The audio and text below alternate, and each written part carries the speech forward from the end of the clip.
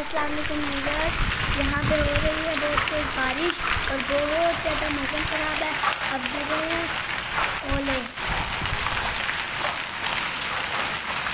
तो बहुत ज़्यादा मौसम ख़राब हो रहा है। दुआ करें मौसम ठीक हो जाए।